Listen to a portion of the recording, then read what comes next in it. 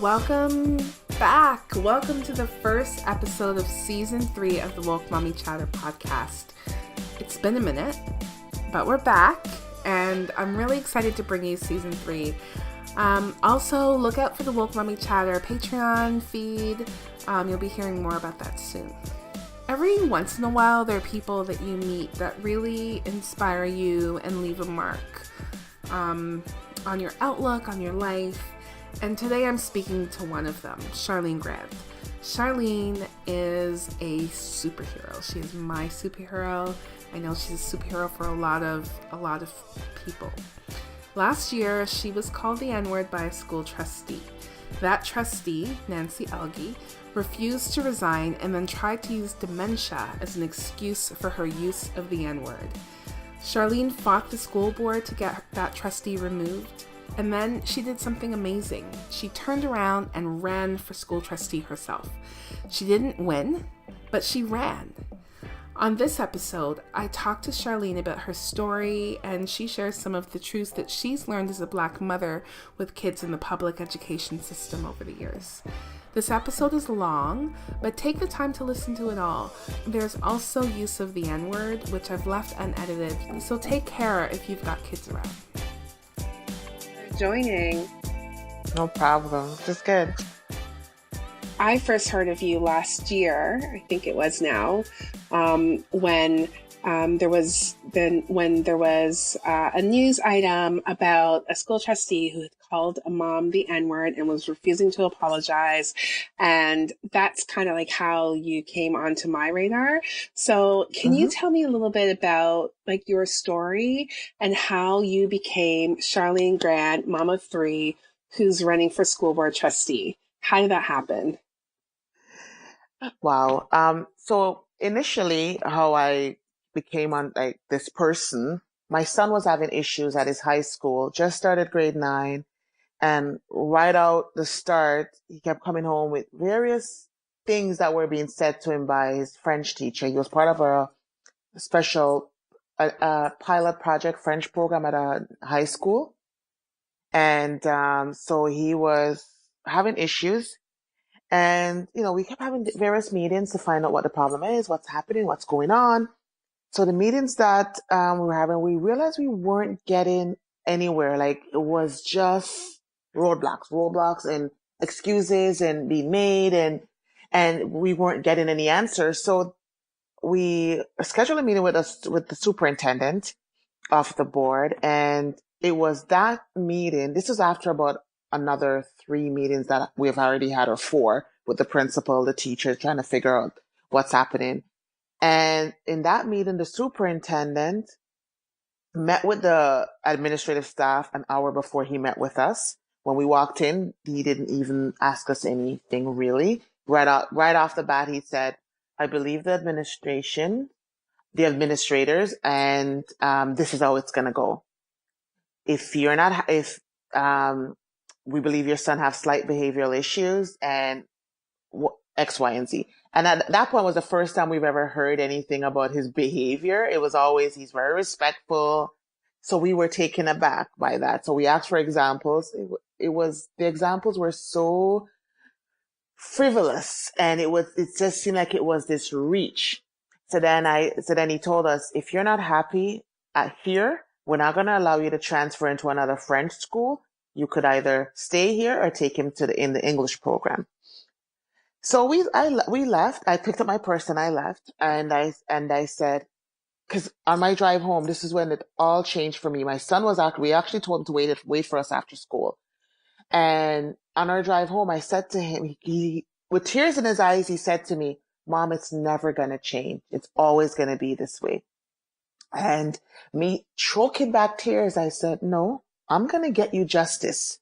And it's like when your child go outside and they hurt themselves and you say, "Don't worry, I'll fix it. Mom could fix anything." It's what you say. I had no idea what that justice would be or how I would even go about it. But I came home and I started researching, and my mind was blown when I stumbled upon a report from the Ontario Human Rights with the Toronto District School Board, and I started Mm-hmm. seeing how deep the systemic racism was in the school, or is in the school. And I did not sleep. I cried that entire night. And I started Googling racism in York Region, and I stumbled upon an article that happened in York Region.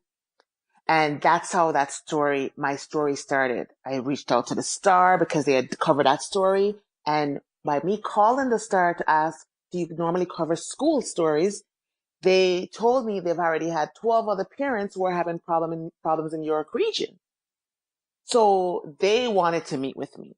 So in that happened, where I got to where the trustee called me the N-word was we my first time at the board. I went to a meeting that was supposed to take place on a Tuesday night. We heard that there's a superintendent who had written a letter to the Star out in what's going on in the board. So we heard that letter was going to be addressed. Never been there, had no clue what we were getting into. We went to the board. When my husband and I got to the board, there was a reporter there from CTV with his camera guy, just the four of us sitting in the gallery, while the board staff was there. So after we were done, the meeting ended, we all walked out, and on my way to the bathroom, the reporter said, do you mind commenting on what was done here today? I actually said no initially. And my husband goes, yeah, just say something. It doesn't have to be anything, whatever. And I was like, oh, okay. So in that moment, as I was speaking to that reporter, I noticed some of the trustees walked out a side door and then they went back in. It was that moment as I was speaking, the trustee made a comment, is that the N parent speaking to the media again. Was So it on camera? it wasn't on camera. It was behind closed door, and another superintendent heard her say it and Okay. immediately reported it to the director of education, as well as the chair for the trustee, who I'm actually running against. And then they opened an investigation. I wasn't told about it till about 2-3 weeks later, which was because they were doing an investigation. They spoke to her. She admitted to say it, but then there was excuses that was being made as to why she said it. It's not how she meant it. So they opened an investigation to investigate a confession. And I didn't even, to be honest, when another trustee told me about it, told me about it, I actually thought she was being political and she just wanted me to get on side with her. I actually believe that it happened when I heard Selwyn Peters talking about it on Facebook, on his live Facebook feed chat, that this happened in York Region. So I didn't really believe it happened, to be honest, when I initially heard it. Wow. And it just opened another can of worm. I mean, it just took on another leg of its own. But for us, it was whenever subtle racism happen or microaggression, it's up to the victim to prove that these things happen. We know. We go through it every day. We know when we're being treated differently. But by her saying it, and saying it, as I always said, amongst her friends, she was comfortable in saying that. It just proved exactly what we were complaining about, and exactly what my little 14-year-old hero was going through. You said a couple things that really touched me at the top of this call. And the first thing you talked about were the frivolous nature of the complaints against your son. And my son is 8, and I feel like I spent all last year dealing with those kind of frivolous complaints. Yes. So because for people who don't understand what these issues are, and we don't as Black people always talk or share it. So what are those issues? Like what were you hearing from the school? So because you mentioned your 8-year-old, because I also have an 8-year-old who was in grade 3. My story with my oldest at the time didn't start in high school. It started from he was in grade 2. It's funny because after all this happened, I went back and I looked at all the emails I've written to principal, vice principal, teachers, how many times I was there trying to fight and advocate for him. So he been telling us since grade 2 that he's been treated differently at school. He says it. He goes, Mom, they don't like me. As soon as anything happened, they say it. The first time he said it, I cried and I hugged him. I'm like, no, what are you talking about? Don't say this.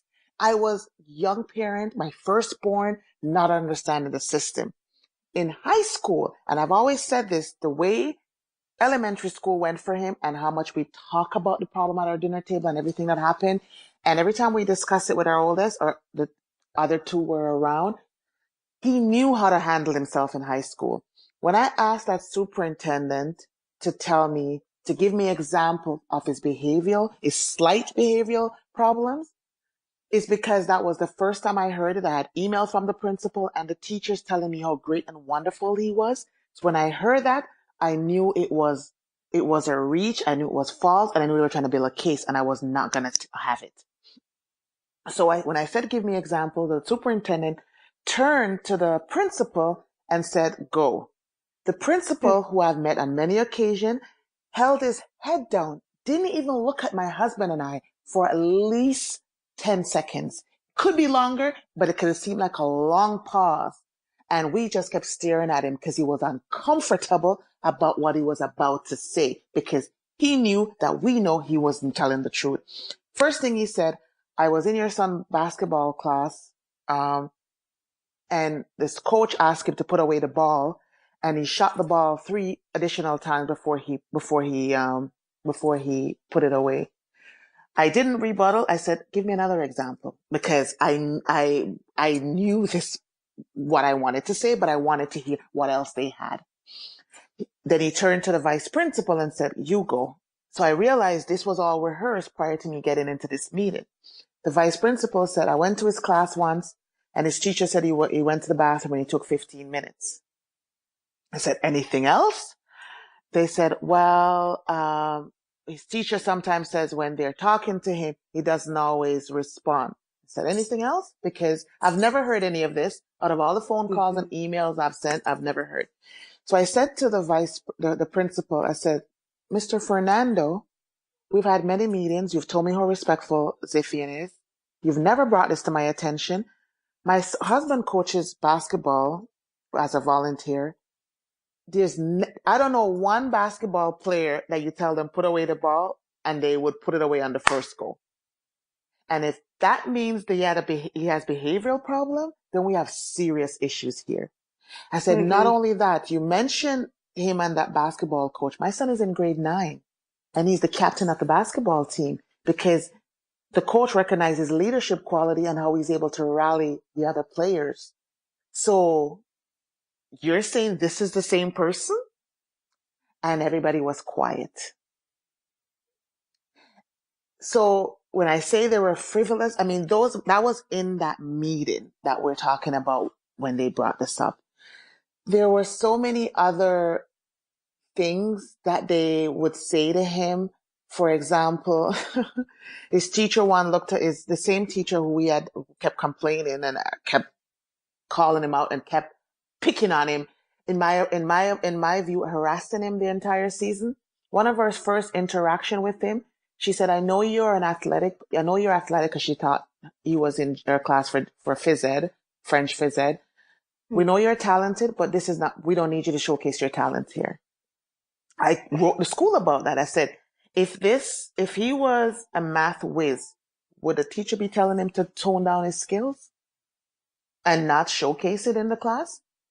We even went as far and she said, the reason why I said that is because instead of him always winning, why don't he just help the others who are not as good as him?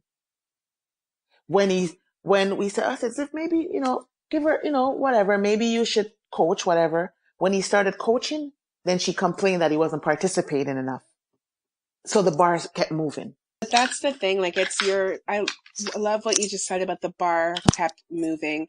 And that is the thing for Black students is the bar keeps moving. And a lot of these frivolous complaints, you flip it and put a white child there, or you talk to white parents and they're like, well, my kid does what? Like my kid never listens, or my kid, you know what I mean? So there is this double standard. And it's so disheartening to hear. And I know because I'm going through it that it starts so young, right? And the response from the school board. And then the other thing that you said is that you went online and you had your woke moment where you did some Yeah. research. And I always say, I always say that anyone, if you do the research and you understand how Black children are oppressed in the education system, your response is what everyone should have. Like, you can't sleep Yes. because it is Yes. so disturbing. Like, we have this Yes. idea in Canada that, this kind of systemic oppression and racism doesn't exist here, and it's an American problem. And that is the biggest fallacy. It's Yes. like the biggest, uh, I guess, trick to the Canadian public, because it's a lie. And we have a problem here. And when you go online, I think I know the report that you're talking, there's that report. And then there's one that was done by York University. I think it was Dr. Carl James. Carl James. Oh my God. When you look and read that report, it hurts your soul to know, like, just, If it doesn't hurt it, there's a if you're problem. not human, if you're not, when you read that or anything like that, and you read it, because these things it's there for public, but it's not made public, if you Yes. understand what I mean. Yeah. And based on how the school board treated me, I knew I wasn't alone.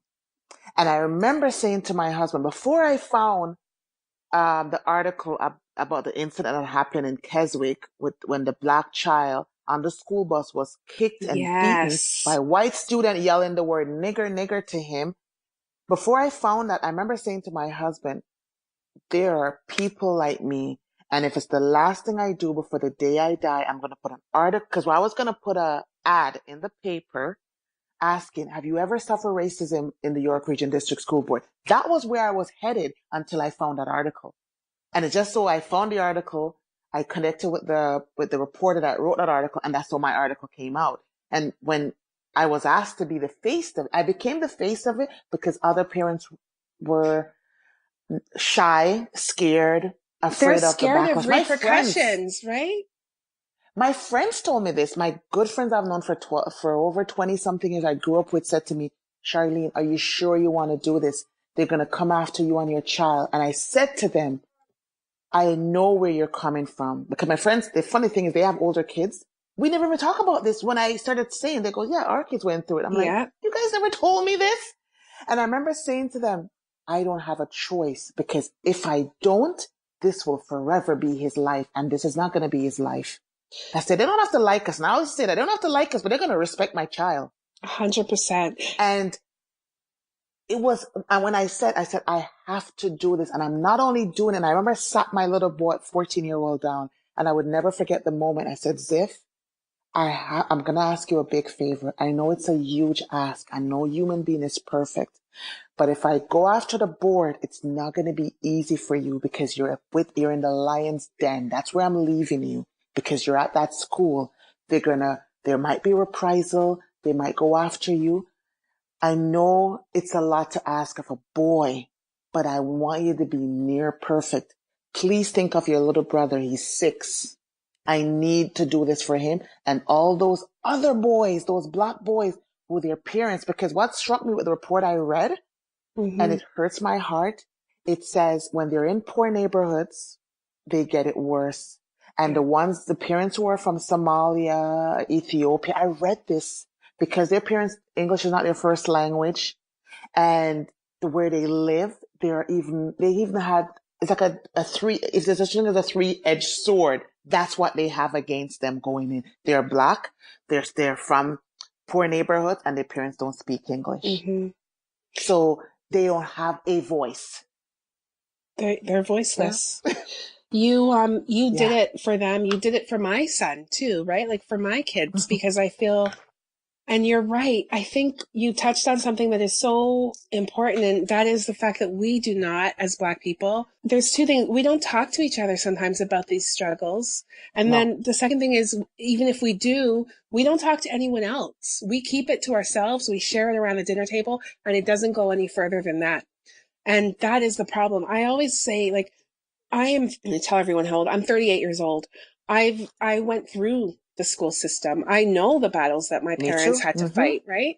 And these Mm-hmm. same battles are the same battles that I'm going to the school now to fight with my son. And it's been 30 Yes. years. 30 years and nothing has 30 years and nothing has changed. And I always say, my parents were immigrants. They did the best they could, but they fought alone. Yes. They were on their own. Yes. But we don't have to be like that. Like, we have access now, like we have internet, and we're able to kind of connect to each other. And I feel that as a group, as an entity, it's really important for Black people to tell their stories and to connect with each other and to work with each other, because that's the only way I think change is going to happen. So I'm really appreciative that you did what you did, that you stood up, that you're out in front, and now that you're running as a school trustee to make change. I think this is what needs to happen. And I would say to any Black parent that's listening, I mean, sometimes I went into my kid's school and there's another Black family in the class, but they won't make eye contact with me, right? And it's like, well, like, your kid's a Black kid in the same school, in the same class. Let's connect, because who knows what they're going Yeah. through and what I'm going through. And maybe we can talk to each other. And even if we're not, like, maybe we can support each other, right? Like, there's no need for this kind of division. I think that it's like this colonized mentality, right? Like divide and conquer. So I feel like this is the beginning of maybe changing that. And I think your story in particular is just, it's really powerful in making that transition. I guess one of the things I wanted to ask, and I think you've touched on it a little bit, is, do you think that Black parents really need to be equity experts in order for their kids to get through the school system? I think, one of the reasons, like, it's like when a woman has been abused, or something happens, the victim gets embarrassed. Yes. So when you're in the school system and Yes. your child, you're called the N-word or something, they're discriminated against you. Why should I be embarrassed? And you did something to me. And I say that to my kids. I said, somebody hurts you. You shouldn't be embarrassed. They should be embarrassed. Yes. And the only way to stop that, when something happens to you, and parents, to be equity expert, you got to teach your kids from a very young age how to advocate and have a voice. The voice starts at home. When a child is speaking, let them know you are hearing them. So let your child know when a teacher, when anyone does anything to them, they have a right as a human being to call them on it. I say to my children, you do it respectfully, but you do it. You don't wait a day, you don't wait 2 days, you do it in the moment, privately, or if you want to, or use the same voice that's been taught to other kids who are not Black. Say to them, I'm sorry, what you just said to me hurt my feelings. This is how it makes me feel. It is wrong and I don't like it. Please don't do it again. If a teacher calls me and tells me my child says that, I'm saying he's right. My son once got in trouble, and I remember I said this to the principal. Like, a quick story. He was 10 years old, and a lunch monitor, I believe I think she was a teacher. Yes, she was monitoring their class, and one of the kids were running, and she pulled the kid by his hoodie and pulled him back. And my son caught my son goes, you can't do, you're choking him. And she went to demonstrate to my son how she was doing it. And he goes, even when you pull my hoodie, you're hurting me. And because she was embarrassed because he said it in front of the entire class, the principal called me to tell me about it. And I said, did you tell her to apologize to him? Because she did hurt him. If he says that, that's what happened. The next day she goes, you're right, whatever. The next day she went to apologize to my son. And in that apology, she said, I'm sorry. I know I shouldn't have done it, but he stopped her immediately and said, my mom says there's no but an apology. When you're wrong, you own it, and that's it. Good for him. Then they called me. And I said, I will never say this to my child in front of you, but I'll tell you this, he's right. Because when he does anything wrong, I tell him the first thing he has to do is take ownership, because that's how you learn and that's how you grow. If you're focusing on the but, you cannot learn. So I don't care how old she is. He needs to let her know that. And instead of calling me with something as silly as this, you need to speak to your people and educate them. I never got another silly phone call like that because it was silly. Yeah. And as parents, we need to let our children know how to do it, because you know what they use with our Black kids? They're aggressive. But when a white child does it, oh, they're articulate and they are showing leadership and they are well spoken. And they're standing up for themselves. Language that, yeah, and they're standing up for themselves. But when a Black child says it, they're disrespectful, they're aggressive. Why are they so angry? It's not passion, because their passion is viewed as anger. Why? And, it's one of the things my husband and I, we're so big on educating. It's one of the things that we hope the school board and all their training is these biases. I'm not saying all teachers, when they say this, I'll be the first to say, when a lot of teachers say these words towards our Black kids, they're not being racist. They're not, it's not who they are. It's that subconscious bias that has been passed down and that has been accepted over generation. And they get caught up in that. Yeah. It's a real big struggle. It is the reason why I'm running to be, even though the issue with my children brought me here, but I realized since my story, you know how many moms I've spoken to?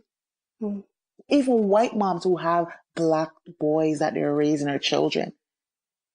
The Muslim community have suffered greatly under this system. You know what they say about themselves?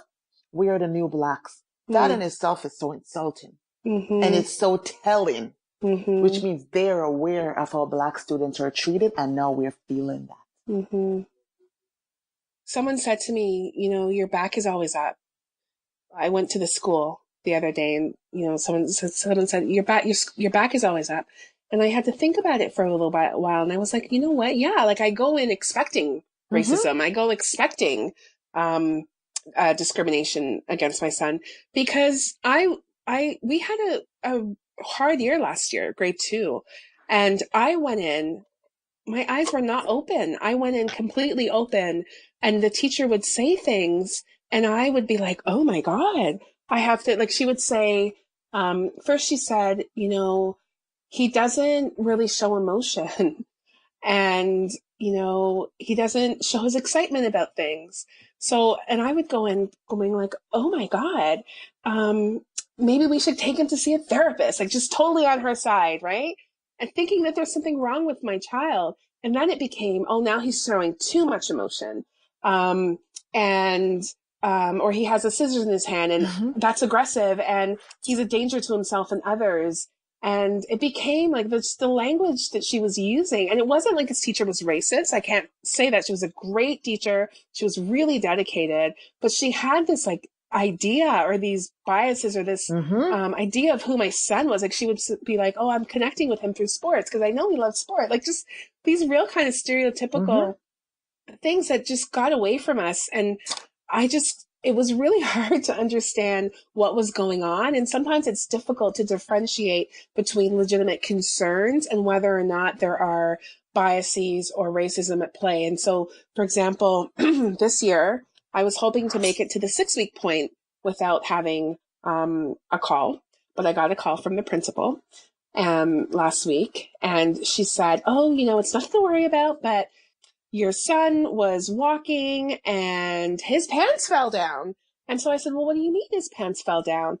And so apparently he was walking and his pants fell down and the teacher sent him to the office. So my reaction was, well, if his pants fell down, like they must have been too big for him. And I remembered the pants he was wearing and I knew they were big, but I wasn't there that morning when he got dressed. And when I saw him the evening, I thought, oh, they must fit. Like he must be okay in them now. But the waist was too big. And so he said, Mommy, I was walking and my pants fell down a little bit. And the girl behind me said I did it on purpose, but I didn't do it on purpose. And I was really embarrassed that they fell down. And then I went, and then she told the teacher and the teacher said, go to the office. And I thought, he's 8 years old. I understand the climate that we're in. with the whole Me Too movement. And I understand that. But to me, like, it just seemed like such an escalation to say, okay, this 8-year-old's pants fell down. He Of needs to go to course. the office. And then the principal gleefully calls me and tells and I said to her, well, why was it escalate? Well, we do that for all kids, no matter who it is or what grade they're in, we do it for all children. If something like that happens, all kids get called to the office, and I deal with that for all kids, like really emphasizing that all, right? And so I dealt with it. I spoke with the teacher. She explained she didn't feel comfortable dealing with the situation. And I thought, okay, it's fine. Like the term just started. We're at a heightened sense of awareness around body and those kind of issues. And I get that. I've taken measures so that my kid will no longer be wearing pants with a drawstring. He's going to be wearing pants with buttons from now on, right? So I've taken those measures, but it's also really kind of hard because I think, well, if it was a white kid and that happened to them, I mean, would they have been sent to the office? I don't know. I honestly don't know. So you have these kind of situations sometimes, and it's really hard to figure out what exactly is going on here. And I think that's part of the reason why schools and people and teachers can turn around and be like, well, I didn't mean it that way. So I have been there. When Ziphian is 7, he's in grade 12 now. So when he went to Juilliard, we used to get calls every week. It's draining on a parent. And I didn't understand the system. Like I said, my firstborn. So I didn't understand the system. But there's one thing that I understood and I knew, and it kept me. And this is what I would say to all parents. You've got to know your child. Yes. I will never let another person tell me about who my kid is. And that was our saving grace. I remember on a number of occasions, I would say, the child you described to me, I have never met. And I gave birth to him.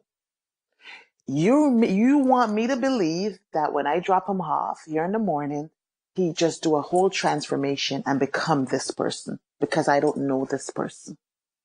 And I said, does he do anything right? Because you failed to call me with good news, but you call with these negative. Think about the message you're sending to that child, the subliminal message that you're sending to that child. A teacher should be equipped enough to know when something happens, what to call home with and what to not call home with. Thank you. Yes. A teacher, and it's one of the things someone asked me, a reporter asked me, and one of the union asked me, what are one of the things you're expecting to change? One of the things, one of the first things I would like to change when I go into this system, transparency and access to information. Every school will know that I'm responsible for, and their parents will know what to do when something happens and how to maneuver the system and what to expect. I have great admiration for teachers. Again, when I send my kid, I send my prized possession to you for umpteen hours a day. So I have respect for you. However, when you cross the line, you should be called on it. Sometimes those are teachable moments. Because when you look at, the situation with your son, to say the pants fell down, even if they didn't want to touch the child, he's old enough for them to say, pull up your shirt, let me see, pull up your pants, pull up your shirt, let me see how it is, like if it's big. But to send that child to the office, first of all, he's already embarrassed. And then you add to that and you send a message to others around. So when my son used to say, Mom, everything that happened, I get blamed for it. It's because the other student will see how every time he would get sent down and things will happen. I had a teacher told me once, and I didn't even understand it at the time when she said it. She said to me, it was in grade 5, and she goes, I picked Ziphian. And I said, what do you mean you picked him? She said, all the teachers were in the lunchroom talking, and all of them said, I don't want him. Oh my God. And I volunteered to be his teacher. I said, say what now? Because you hear that and you're like, what? It's unbelievable. And But that happens all the time. And when I said to you about, you got to know your child, Mm-hmm. in grade 6, they said to us, we believe he needs to be in special ed. So they had a meeting with us. Like, the thing is this, I laugh about it now because I remember the time they called me and I looked to my husband like, they really don't know who I am. Mm-mm. And they said, well, he has all these behavioral issues. Plus, he's only getting B's and C's in his mark. And maybe we think he should be tested. So they had 2 meetings with us. The first meeting was, and I said, let me be honest with you. The system is set up that says he's supposed to get A's and B's to go in certain profession. I'll be the first to tell you, I'm not that mom. She goes, what do you mean? I said, my husband and I are not that parent who tell our kids just to get A's. And we look for them to come home with A's and whatever. I don't promote this to them because I know the system that they're in. And if I want them to go to university is what they look for. But I'm not one that wants to see, I'm going to pass out if I don't see an A in my child report card.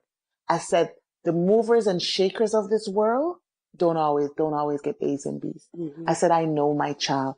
He's the most intelligent human being I've ever met. He's articulate. He's a deep thinker. I know, because you already told me, Mom, I'm not getting a job where I'm going to sit behind a desk every day. That's not who he is. I said, you already told me he doesn't like it when he doesn't learn from you just speaking to him. That's not how he learns. I said, plus he's a boy and he'd rather be outside playing because he's bored. Mm-hmm. And I also know who he is. And at times he's being lazy. So I said, we're not going to do that to him. I said, he's fine. If you want to see him get it, I'll get him a tutor if that's the case. I said, first of all, he's in French immersion. All his math and science are in French and he's getting B's and C's. I'm okay with it. Mm-hmm. I wouldn't tell him that because I want him to do better, clearly, but it's in French. It's in another language that I don't even speak. Mm-hmm. I said, he's already way ahead of me. And I said, I'm not training my child to give resumes. He's going to be taking resumes. But I say that to say this because it was me. But I think of those mothers who didn't understand. And when they come because they come and the language that they use, it sounds very encouraging. Mm-hmm. And you get lost in the words that they use and you admit and submit your child to these stereotypes that they have. Later, I didn't know this. Like I said, my first. So later on, I found out it is a system thing that they have, that the school system have set up, where they push the Black kids into these special programs because the school gets funding. Mm. And when I realized, I thought, and it takes forever to take it off their transcript at school, their records. Mm-hmm. Yes, it stays on there. And I thought to myself, how damaging I would have damaged my child had I agreed to this 100%. Just for them to get more funding. Yeah. But I said, if I didn't know him, how would I would, oh my gosh. This is in grade 6. Yeah. It's funny because, like I said, I have the same story. When I was in grade 3, when I was in grade 3, my mom was told I need to be in special education. I need to be in a special class. Mm-hmm. I mean, every Black parent, every Black person I speak to has this story. And it has not changed. So, yeah. I mean, it's sad. So it is.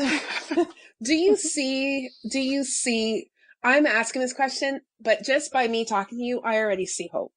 So, but I want to know do you see hope? Where's your hope come from? Okay. So I see hope because of my children. And as much as I have these horrible experiences and I have these stories, they've also educated me and they've also helped me to grow. And when I look at the system through my kids' eyes, I'm very hopeful. In Ziphian's case at his high school, one of the things that kept me going, his experiences, his discrimination and systemic racism didn't come from students. It came from the adults that he was supposed to respect and was supposed to protect him. It was the students who called it out and says, we believe the guy that told us to go check on our stuff in the locker because if he might be in there stealing. we believe that was racist. Those were students who called that out. Those were students who came and told him and rally around him. So the next generation, whatever parenting they're having, whatever it's social media or whatever it is, I see them because that's the future. There is enough educators out there, and I could speak from experience. Because of what I just went through, I've had a number of people behind the scenes who cannot be seen publicly supporting me because of their jobs, telling me I was like a godsend because of stuff that they have been saying. I have heard teachers said, after we saw you on the news and the way you stood up for what was right, we stopped being afraid of losing our jobs and started saying we're going to call things out when we see it. Good. So when I get goosebumps right now when I speak of that, because it is those stories that gives me hope. Yeah. It is the people that are coming to help me campaign and saying, I know who you are. I saw what you did and we want to rally around you. I don't even live in your area. It is those stories that keeps me going, and I feel hopeful. I'm not saying I'm going to change everything, and I'm not saying it's not going to be a struggle and a fight, but I'm not going to be quiet. And I don't care if I'm standing alone, if I'm standing for what is right. I am okay with that. I've always been okay standing against the crowd for what is right. And I tell my kids, remember your experience. So when you see it, you call it because it's important. That's so true. So there's hope. There's hope. There's hope for your son, your 8-year-old, and my 8-year-old. Yeah. And I went to my son, my 8-year-old, he's grade 3. His teacher called us in, yesterday. We went to go meet with her, not for anything negative, but I already knew who she was based on what my son comes home and say when I say, how was your day? Cause I ask him every day, what happened? Tell me what happened. He goes, Mom, the same thing. She's calm. She's nice. Mm-hmm. And kids, you got to listen to your kids because they know, they pick up on these. It's like a sixth sense that they have. Yes. And when I went in to see her, just the way she spoke about my little guy and to us, I thought to myself, the confidence that that kid is having from what he's experiencing at home, and so far as grade 1, 2, and 3 teacher, how they have been with him, is giving him that much more confidence at school. And I find, or it happens to our boys a lot, if they lose confidence at school, they lose interest in school. Yes, and they disengage. And that's how Mm-hmm. and they yes. And that's why that's why I want to be a trustee. You have I want this because of that. And I've already told myself, I am not stopping because I feel like I cannot at this point, because even if the trustee is not where I'm supposed to be, I have to find a way to connect and stop it from kindergarten, because it starts in kindergarten. It starts in kindergarten when they're isolating these Black kids, putting them on separate mats, and that's where it starts. And that story is so typical. It is so typical, right? And I think you're so right, like what you said about kids knowing. So I know, like last year, like I said to you, the teacher was, in theory, like a great teacher. She was so dedicated, but my son didn't want to go to school. And there was something, like he turned to her in class. I laugh now, but at one point he said to her, she called me because he turned to her and he said, she'd asked him to do something and he turned to her and he said, I'm not your slave.